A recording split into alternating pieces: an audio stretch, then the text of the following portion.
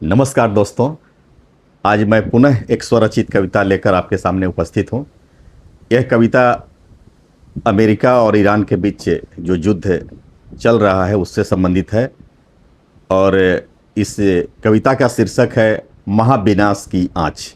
क्योंकि ये युद्ध से बहुत सारे देश प्रभावित हैं और हमारा भारत भी इससे अछूता नहीं है।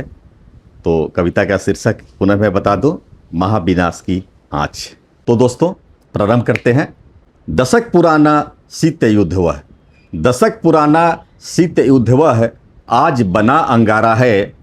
पश्चिम एशिया की धरती पर बहा लहू का धारा है। बारूदों की गंध हवा में चीख रहा गलियारा है।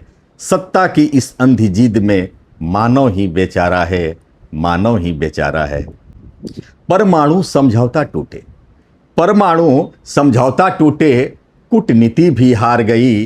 एपिक फ्यूरी की क्रूर गुंज सरहदों को पार गई। मिसाइलों की गर्जन से फिर कांपा नीला आसमान। युद्ध की लपटों में झुलसा मानवता का हर अरमान, मानवता का हर अरमान। गिरे बम और बरसी मिसाइलें, गिरे बम और बरसी मिसाइलें, नभ से बारूद बरसता है। खामेनेई का अंत हुआ, इंसान अमन को तरसता है। ईरान उठा फिर महाकाल बन, ईरान उठा फिर महाकाल बन। ड्रोन मिसाइल तान दिए इजराइल और अमेरिका के, उसने भी होश उड़ा दिए, उसने भी होश उड़ा दिए। ड्रोन मिसाइलों की बारिश ने, ड्रोन मिसाइलों की बारिश ने भय का तारुंद दिखलाया। एक तरफ प्रतिघात हुआ तो दूजा और प्रहार आया। शक्ति परीक्षण की इस ज्वाला ने क्षेत्र समूचा दहकाया। किसने जीता किसने हारा, किसने इसका सुख पाया, किसने इसका सुख पाया। हुर्मुज की जल राह बनी जब, हुर्मुज की जल राह बनी जब, दुनिया की चिंता भारी। तेल ऊर्जा के संकट ने फिर बढ़ा दी लाचारी। दाम बढ़े तो महंगाई ने घर घर दस्तक दी आकर। दूर कहीं की युद्ध चिनगारी पहुंची सबके घर जाकर, पहुंची सबके घर जाकर। सत्ता के गलियारों में जब, सत्ता के गलियारों में जब युद्ध रणनीति बनती है, उसकी कीमत आम जनों की सांसों से फिर चुकती है। किसी का घर उजड़ता है तो कोई अपनों को खोता है। युद्ध भूमि के बीच सदा ही मानव सबसे पहले रोता है, मानव सबसे पहले रोता है। दूर खड़ा भारत भी इसकी, दूर खड़ा भारत भी इसकी आंच से न बच पाया है। तेल व्यापार और अर्थव्यवस्था पर संकट गहराया है। रुपया डगमग दाम उछले बढ़ता गया भार। महंगी रोटी महंगी यात्रा, जन जन पर बढ़ता वार, जन जन पर बढ़ता वार। चाबहार के सपनों पर भी, चाबहार के सपनों पर भी अनिश्चितता की छाया है। व्यापारिक राहों के आगे प्रश्न नया फिर आया है। खाड़ी में बैठे लाखों भाई चिंता में दिन काट रहे। घर के बूढ़े माँ बाप भी राह उनकी निहार रहे, राह उनकी निहार रहे। किसका साथ चुने भारत अब, किसका साथ चुने भारत अब।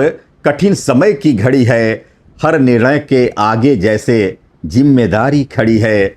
न अंधे होकर साथ किसी का, न रिश्तों से मुंह मोड़े। शांति और संवाद की खातिर हर बंद द्वार को खोले, हर बंद द्वार को खोले।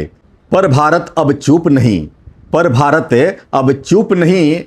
विश्वमित्र बन खड़ा हुआ, वसुधैव कुटुंबकम का ध्वज दुनिया के शीर्ष पर गड़ा हुआ।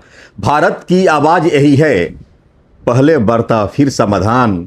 मानवता से बड़ा न कोई, सत्ता सीमा और अभिमान, सत्ता सीमा और अभिमान। कुछ पल थमी अगर तोपें, कुछ पल थमी अगर तोपें, तो आशा फिर मुस्काई है। लेकिन शांति की राह अभी भी पूरी कहाँ हो पाई है। हर युद्ध विराम के पीछे भी डर की परछाई रहती है। टिकाऊ शांति मंजिल अब भी दूर खड़ी कुछ कहती है, दूर खड़ी कुछ कहती है।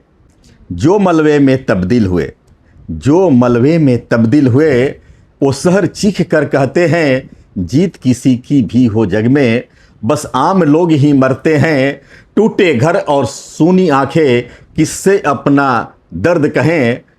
युद्ध के इस काले सच को आने वाली पीढ़ी पढ़े, आने वाली पीढ़ी पढ़े। अब नफरत की आग बुझाकर, अब नफरत की आग बुझाकर प्रेम दीप जलाना होगा। शक्ति नहीं सद्बुद्धि से ही जग को राह दिखाना होगा। सूरज पवन और विज्ञानों से ऊर्जा बल बढ़ाना होगा। अपने श्रम और अपने ज्ञान से भविष्य नया बनाना होगा, भविष्य नया बनाना होगा। आत्मनिर्भर भारत का सपना, आत्मनिर्भर भारत का सपना मिलकर हमें सजाना है। हर संकट में अपने बल का दीप नया जलाना है। हरित क्रांति का नया सवेरा हाइड्रोजन सौर से आएगा। अब कोई जल डमरू मध्य भारत को रोक न पाएगा, भारत को रोक न पाएगा।